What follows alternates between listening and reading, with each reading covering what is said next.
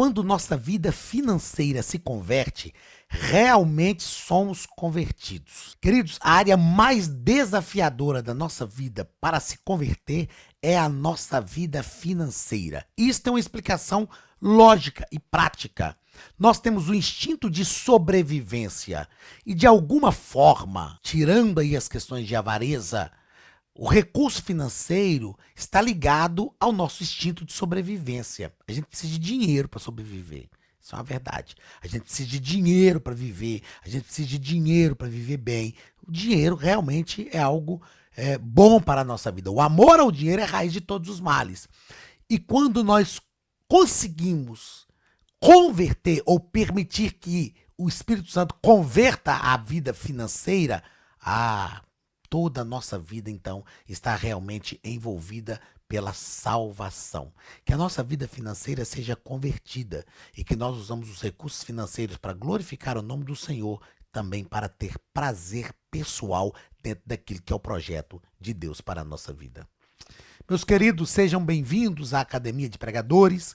Eu sou o pastor Anderson Silva, estamos nas nossas lições bíblicas de escola dominical, neste segundo trimestre de 2024, lição dos jovens. Estamos estudando sobre diversos prismas ou diversas áreas da vida cristã de forma muito prática com o pastor Alexandre Coelho, que é o escritor da nossa revista desse segundo trimestre de 2024. Na aula de hoje vamos estudar a lição de número 9, do dia 2 de junho de 2024. O título da lição é A Realidade Bíblica das Finanças. A Bíblia fala de dinheiro, é isso mesmo, gente. A Bíblia fala de dinheiro. Eu sou o pastor que não tenho medo de falar de dinheiro na igreja. Às vezes tem pessoas que falam, pastor, eu não vou falar de dinheiro não, porque as pessoas vão achar que eu tô querendo pastorear só por causa do dinheiro delas. Eu nem imagino que as pessoas vão pensar isso, porque eu trabalho para o reino de Deus com muita sinceridade e, sobretudo, a Bíblia diz que o obreiro também é digno do seu salário, né? Há alguns meses atrás eu falei disso na nossa igreja. Hoje, vivendo de tempo integral para a obra de Deus, né? Eu falei isso na nossa igreja. Irmão, quando você vai lá e trabalha, o seu patrão não está te fazendo um favor de te pagar um salário. Não. Ele está te pagando aquilo que você é digno. Você é digno daquele salário. Falei, olha, então quando a igreja me passa aqui uma plebenda, que é o termo que a gente utiliza para falar de salário de obreiro, né? A igreja, ela está me repassando um valor para que eu tenha um sustento para minha família e tenha tempo disponível para trabalhar em prol do reino de Deus, no cuidado com a igreja. Então eu disse aos irmãos, eu estou aqui disponível, trabalhando com os irmãos, estamos aqui realmente trabalhando. Então qual o problema? Qual o medo de falar? Para quem é honesto, para quem trabalha com sinceridade, a gente não precisa ter medo de falar de dinheiro na igreja e falar de forma bíblica. E é um pouco disso que a nossa lição de hoje vai tratar. O texto principal está em Provérbios, capítulo 3, versículo 9. Honra ao Senhor com a tua tenda, com a tua fazenda e com as primícias de toda a tua renda. Nós não vamos tratar na lição de hoje sobre primícias, não. Mas primícias é algo bíblico e neotestamentário. Perceba, Provérbios capítulo 3, versículo 9. Honra ao Senhor com a tua fazenda e com as primícias de toda a tua renda.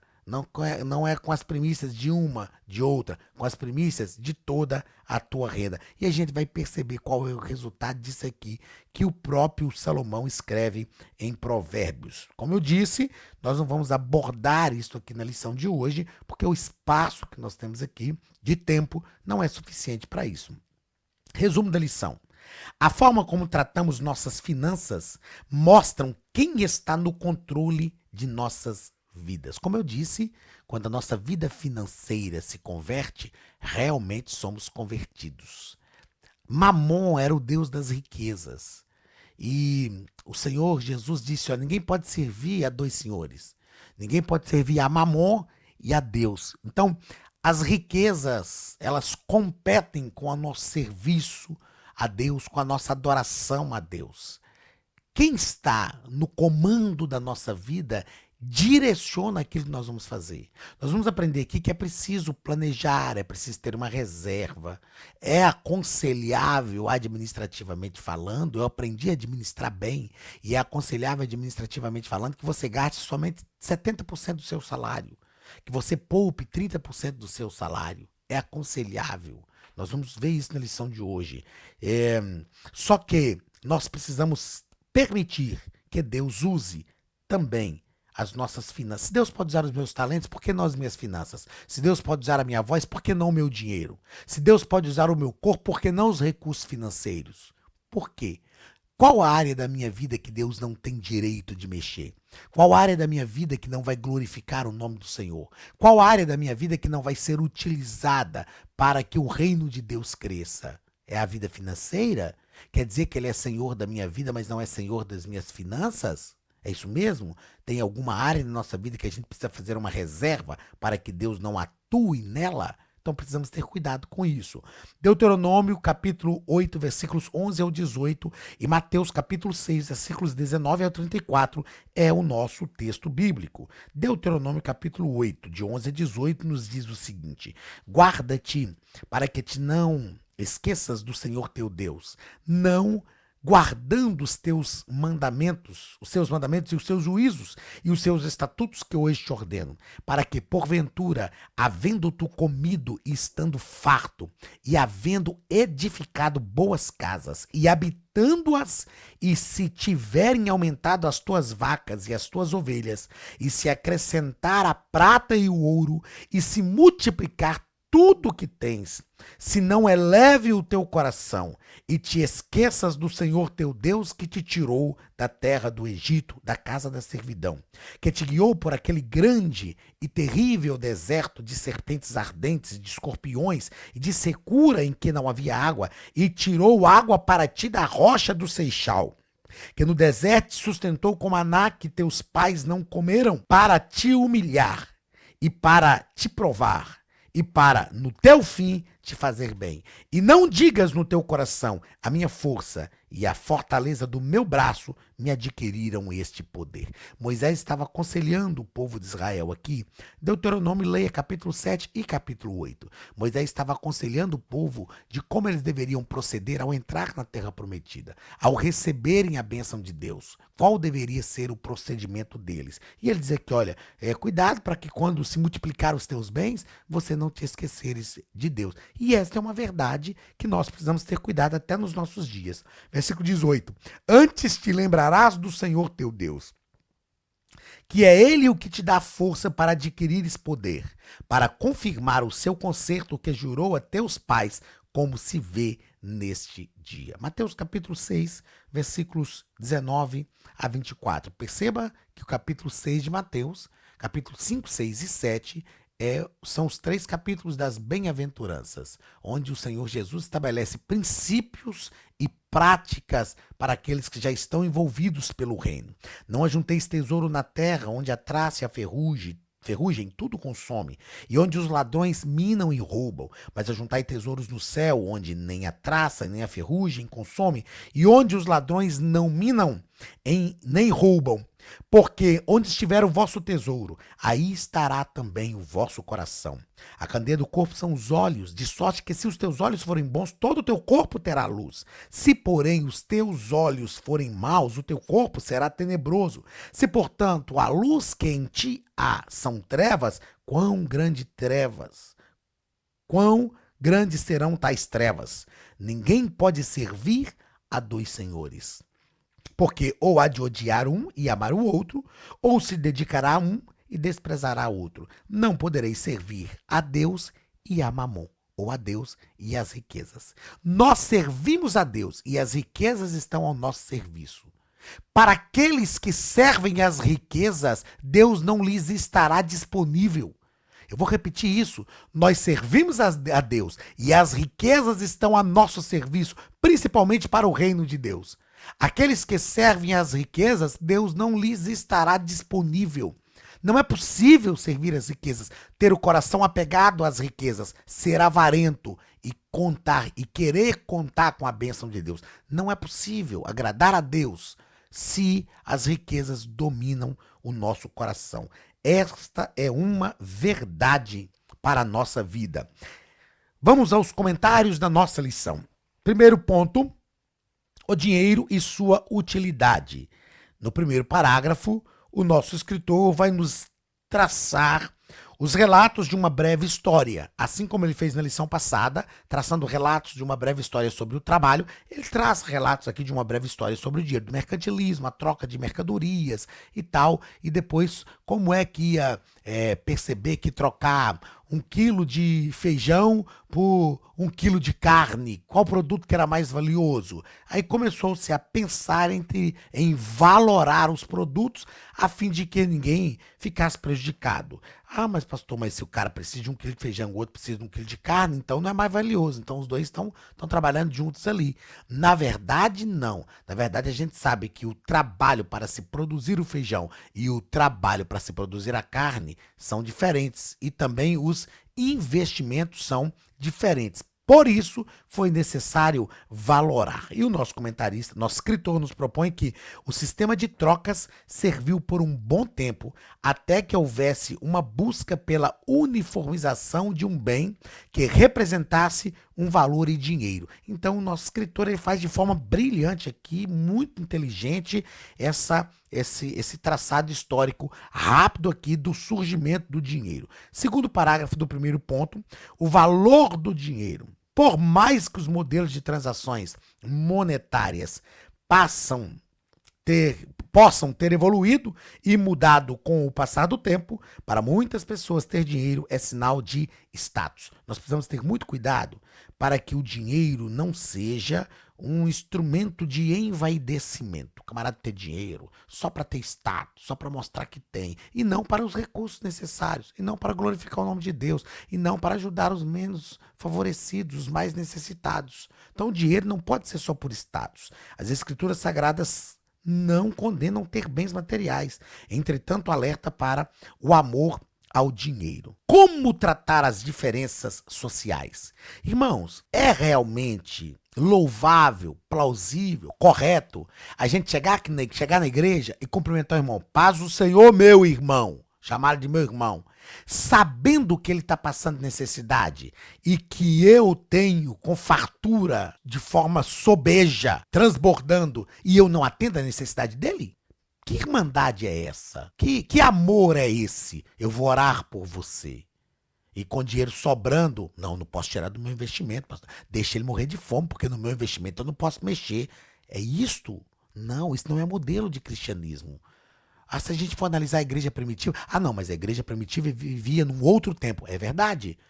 Mas nós precisamos viver o cristianismo de verdade, né? Se Deus me deu condições, a Bíblia diz que a melhor coisa é dar do que receber. Tem gente que é igual o cara que paga o plano de saúde, ele nunca usa e fica bravo por pagar e nunca usar. É igual o cara que paga seguro de carro e reclama que nunca usa, aí para de pagar e bate o carro.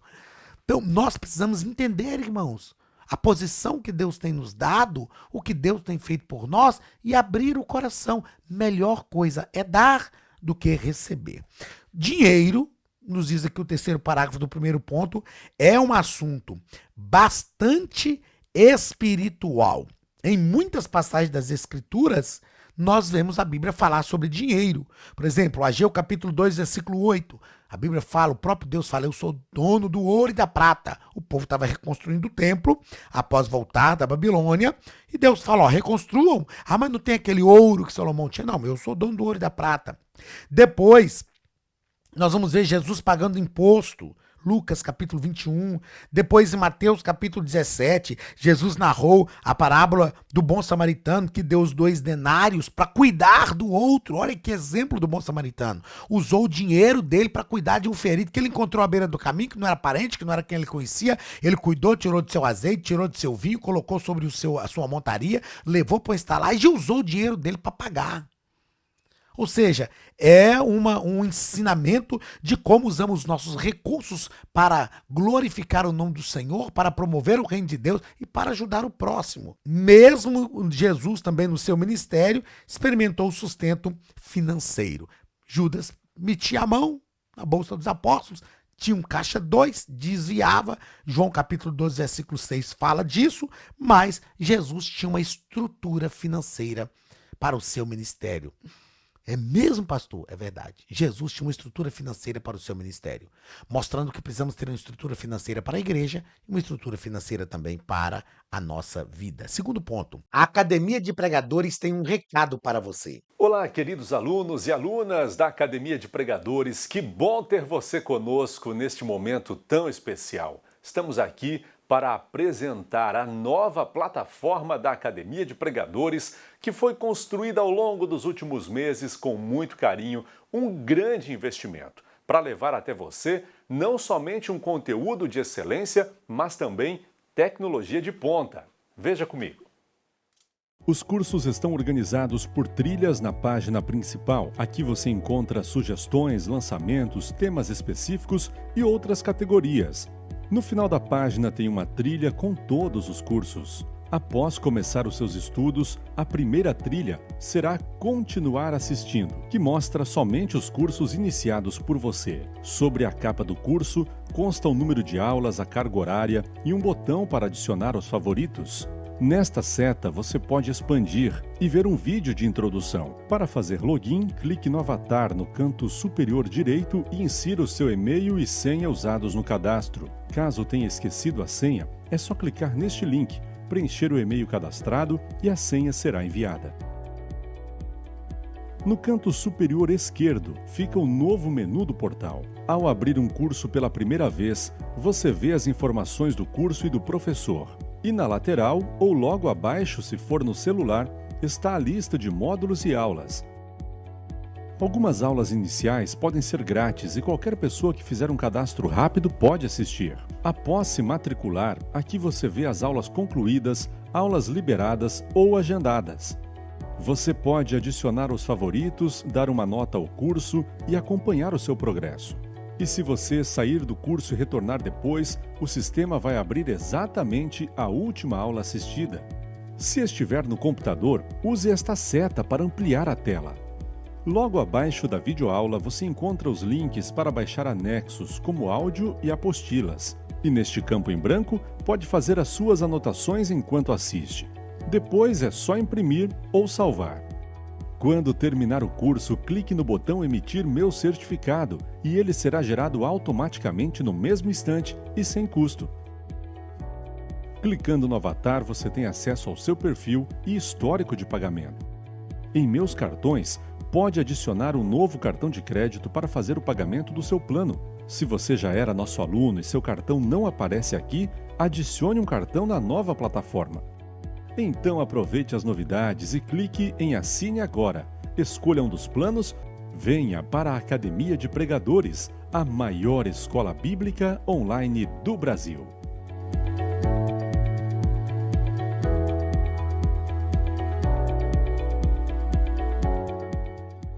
Segundo ponto, Deus e o dinheiro. Primeiro parágrafo, dízimos. Os dízimos, agora vem, não é verdade, os dízimos.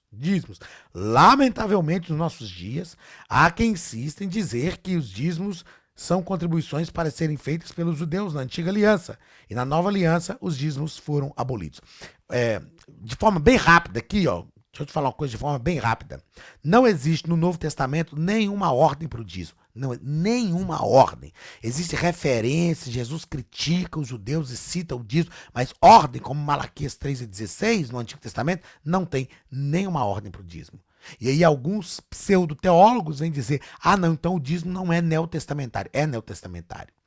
Nós temos vários métodos hermenêuticos. E um dos métodos hermenêuticos mais sustentáveis, mais sólidos, é o que nós chamamos de método histórico-gramatical. Então a gente não analisa só o texto, a gente analisa a história que envolve o texto, o contexto da passagem. Quando nós fazemos uma hermenêutica pelo método histórico-gramatical do Novo Testamento e percebemos que não há nenhuma ordem para o dízimo, nós entendemos que, por que não existe nenhuma ordem para o dízimo no Novo Testamento? Porque não precisava ordenar. Não precisava ordenar isso para a igreja primitiva. Os dízimos não foram ordenados assim. Antes da lei, Abraão deu dízimo, já era comum, era uma cultura judaica fazer isso. No Novo Testamento isso permanece de forma tão intensa que não precisou ordenar. Em Malaquias foi necessário ordenar porque o povo não estava dizimando. Mas no Novo Testamento a igreja dizimava. A igreja dizimava? Não, claro que a igreja não dizimava. A igreja dava tudo. Agora você imagina a seguinte cena: o camarada vai lá, vende tudo que ele tem, traz o salário dele do mês todinho e entrega para o apóstolo Pedro.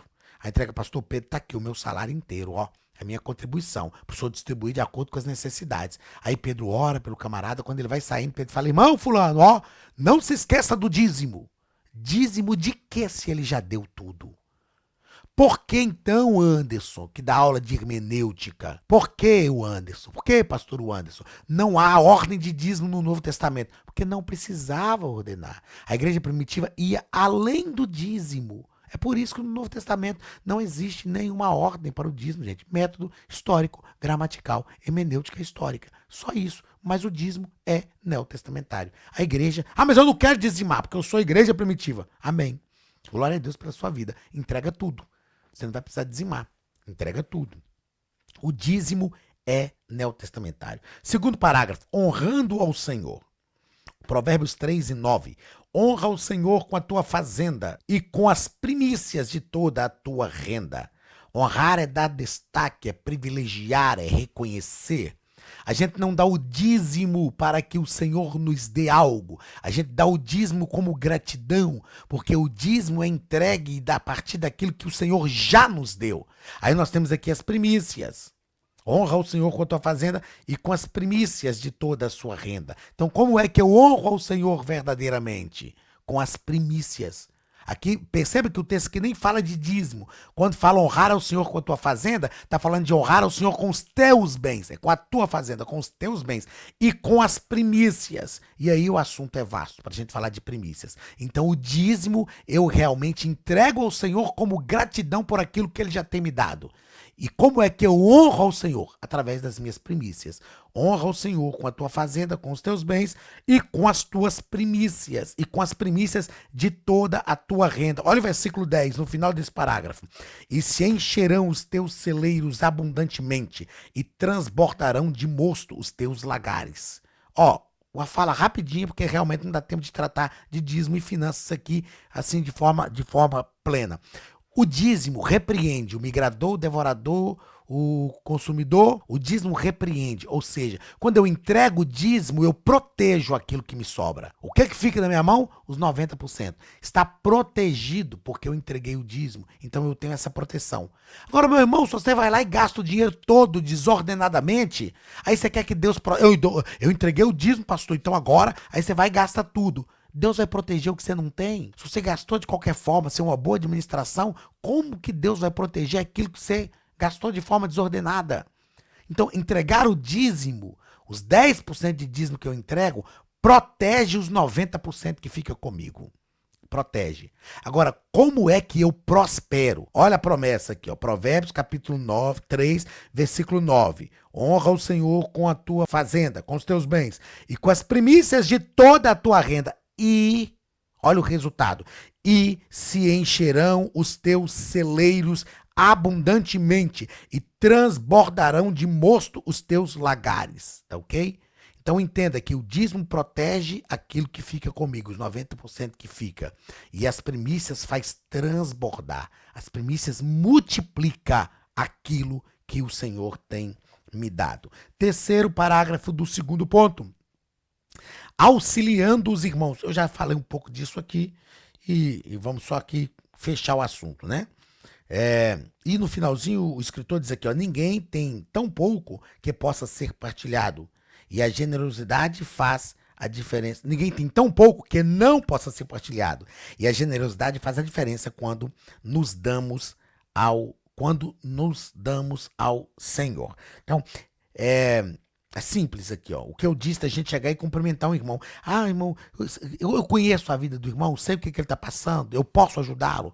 É pecado. Se eu tenho certeza que posso fazer, não faço. A Bíblia diz que aquele que pode fazer o bem e não faz, peca. Aí eu tenho aqui uma pergunta. É possível viver uma igreja onde não haja necessitados? Pense aí comigo. É possível viver uma igreja onde não haja necessitados? É possível. É possível. É claro que nós precisamos filtrar os aproveitadores. Como eu já disse para vocês, que eu faço na igreja que estamos pastoreando, filtrar os preguiçosos. Mas é possível viver uma igreja onde não haja necessitados. É possível que cada um ajude um pouco e o pouco que cada um ajuda se torne muito para ajudar aquele que nada tem. É possível, ok? Então nós precisamos repensar essa nossa postura cristã voltada para a responsabilidade social da igreja e para a administração das nossas finanças. Terceiro ponto da nossa lição: advertências contra o mau uso do dinheiro. Primeiro parágrafo: o cuidado com a avareza e o enriquecimento ilícito. Muitos se afastam dos propósitos do Senhor na busca por mais dinheiro, independente da fonte pelo qual ele virá. Aqui, é claro que o nosso escritor está falando de ganhar dinheiro de forma errada, de forma injusta, de forma desonesta. Ele está falando disso aqui. Mas uma coisa que eu quero destacar também é o seguinte: será que aquele dinheiro, meu irmão, que você está ganhando naquela hora que você deveria estar cultuando, você já trabalhou o dia inteiro, agora era aquele momento de você cultuar, e você resolve fazer uma hora extra, aqui nos Estados Unidos é chamado de part-time. Será que esse dinheiro vai ser bênção para a sua vida de verdade? Será que você ganhar um dinheiro no tempo em que você deveria estar dedicando uma hora, duas da sua vida num culto de adoração a Deus, será que isso vai ser bênção para a sua vida? Então nós precisamos pensar que nós podemos ganhar o dinheiro, mas não podemos pensar que tem que ser independente da fonte pelo qual ela virá. Ah, não, você quer o meu dia de ir ao culto. Meu irmão, quem sou eu para falar das suas necessidades? Quem sou eu para falar que você deve ou não deve fazer isso ou aquilo? É a sua consciência.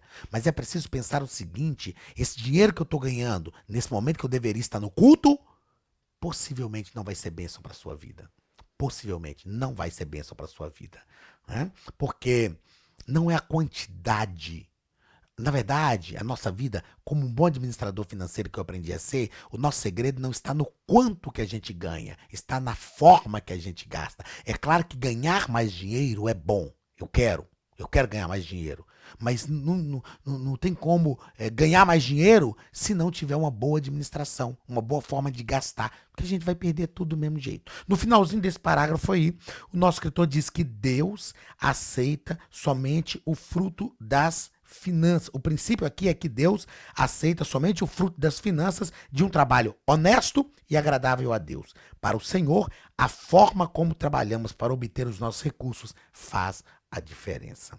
Faz a diferença. Segundo parágrafo: não seja fiador de ninguém. Isso aqui, ó, é algo que quase nem precisa nem comentar. Pastor, mas eu quero ser fiador. Amém, meu irmão. Amém. Glória a Deus. Vai lá. Mas depois não murmura. Você quer ser fiador? Então tem o dinheiro para você quitar a dívida. Porque se o camarada não quitar, você vai ter que quitar. A Bíblia nos diz que não devemos nos colocar. Provérbios 6, capítulo 6, versículo 1 ao 4. Não devemos nos colocar por fiador de ninguém. Cuidado. Ah, pastor, é meu amigo, é meu pai, minha mãe, é meu filho, meu genro, minha nora, minha sogra, meu sogro, enfim, meu esposo, minha esposa, enfim. Aí é com você. Mas a Bíblia está deixando claro. Então, não murmura depois.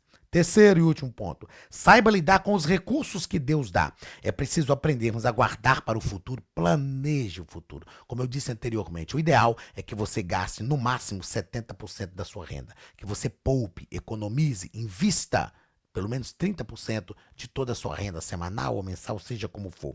Tenha também cuidado com os cartões de crédito.